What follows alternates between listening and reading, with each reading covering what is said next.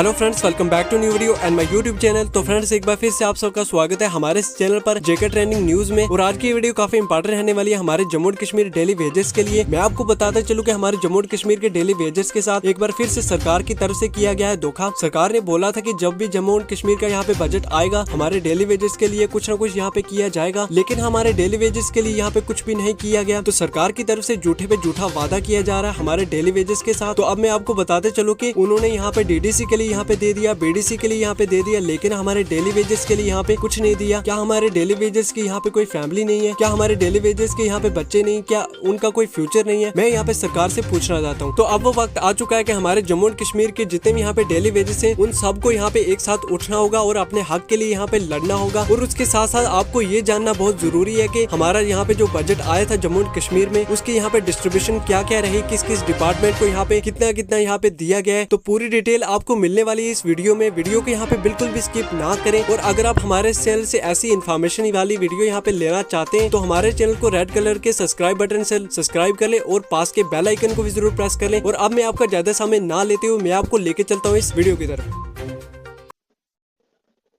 पहली बात तो ये जो रेवेन्यू रिसीट्स हैं वो लगभग 97,141 करोड़ के करीब हैं। रेवेन्यू एक्सपेंडिचर 68,804 करोड़ के करीब है, यानी रेवेन्यू रिसीट्स 97,141 करोड़ है। रेवेन्यू एक्सपेंडिचर 68,804 करोड़ है।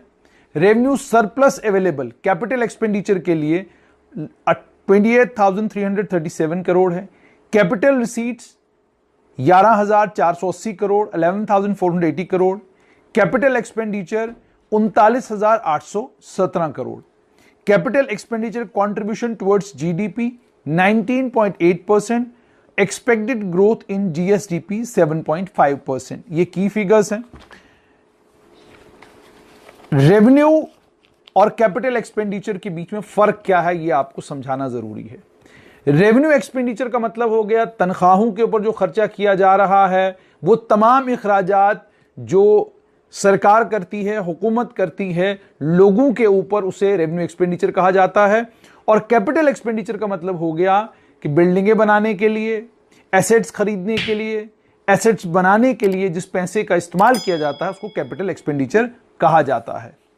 अब ये जो prominent themes of the budget हैं उसमें सेंट्रल गवर्नमेंट ने कहा है कि एक फोकस सेंट्रल गवर्नमेंट का गुड गवर्नेंस पे होगा, दूसरा सोशियो इकोनॉमिक डेवलपमेंट पर, तीसरा इंफ्रास्ट्रक्चर बिल्डिंग पर और चौथा एम्प्लॉयमेंट जनरेशन पर। अब बहुत अहम इंफॉर्मेशन जो मैं आप तक पहुंचाना चाहता हूं, बहुत सारे स्टूडेंट्स जो पढ़ने लिखने वाले स्टूडेंट्स हैं जिन्होंने कल अलग अलग इम्तिहानात में बैठना है, आप लोग अगर कॉपी कलम लेंगे तो ये तमाम चीजें नोट भी करेंगे तो आपके काम ये तमाम चीजें आएंगी। आप तमाम की इतला के लिए, आप तमाम की जानकारी के लिए, सबसे पहले जम्मू कश्मीर के पास रिसोर्सेज क्या हैं वो अब क्लियर और कैटेगोरिक टर्म्स में हमारे सामने आया है। क्योंकि 2019 तक जम्मू कश्मीर का बजट यहां का वित्त मंत्री बनाता था। जम्मू कश्मीर का बजट जब बनता था तो सारी एक्सरसाइज में यहां का फाइनेंस डिपार्टमेंट, यहां के अलग अलग डिपार्टमेंट शामिल रहते थे। लेकिन अब चूंकि ये बजट मरकज से यानी सेंटर से, केंद्र से बनकर आया है, इस बजट में क्या खास बात है वो आपके साथ में शेयर करने जा रहा हूं। इस बजट की सबसे खास बात यह है कि रिसोर्सेज को लेकर एक क्लियर पिक्चर, क्लियर तस्वीर हमारे सामने आई है कि रिसोर्सेज क्या हैं जम्मू कश्मीर यूटी के। सबसे पहले एंटाइटल्ड सेंट्रल ग्रांट्स, मरकज से जो हमें ग्रांट्स मिलती हैं, ये कहा जाता है कि हम बेगिंग बाउल लेकर जम्मू कश्मीर हर वक्त जो है मरकज के सामने होता है, केंद्र के सामने हम हर वक्त भीख का कटोरा लेकर होते हैं। तो मैंने देखा कि इसमें कुछ जो पिक्चर सामने आई है वो कुछ और ही बयान कर रही है। पहले तो एंटाइटल्ड सेंट्रल ग्रांट्स, यानी सेंट्रल गवर्नमेंट तमाम राज्यों को कुछ ग्रांट्स देती है। वो जम्मू कश्मीर के लिए खास तौर पर नहीं है बल्कि तमाम जितने भी राज्य हैं, तमाम राज्यों को, यूनियन टेरिटरीज को ये ग्रांट्स मिलती हैं। 34% ये एंटाइटलमेंट में से, हमारे हक में से जो हमको पैसा मिलता है 34% है जो हमें मिलता है। उसके अलावा बोरोइंग्स जो जम्मू कश्मीर की सरकार करती है, कोई आप बैंक से पैसा ले लेते हैं, आप फाइनेंशियल इंस्टीट्यूशन से पैसा लेते हैं, आप एशियन डेवलपमेंट बैंक से पैसा लेते हैं, वो बोरोइंग्स भी 11% के करीब हैं। प्राइम मिनिस्टर्स डेवलपमेंट प्रोग्राम में 9% जो है वो जम्मू कश्मीर यूनियन टेरिटरी को मिलेगा। सेंट्रली स्पॉन्सर्ड स्कीम्स में 14% जम्मू कश्मीर का कंट्रीब्यूशन है। यूटी का अपना टैक्स रेवेन्यू जो है वो 15% के करीब करीब है। कि कोई अगर आपसे कल पूछे कि जम्मू कश्मीर का अपना टैक्स रेवेन्यू कितना है तो 15%, और जम्मू कश्मीर का अपना नॉन टैक्स रेवेन्यू कितना है 8%। और उसके बाद एडिशनल रिसोर्स मोबिलाइजेशन होती है कि आपने 91% रिसोर्सेज, आपके जो जम्मू कश्मीर के रिसोर्सेज हैं, वसाइल हैं, वो क्या हैं कि जो सेंटर से आपको ग्रांट्स मिलती हैं 34% तो वो आपका है। बोरोइंग्स 11% के करीब करीब आप बैंकों से पैसा उठाते हैं। प्राइम मिनिस्टर्स डेवलपमेंट प्रोग्राम के तहत 9% जो है वहां से आपको मिलता है।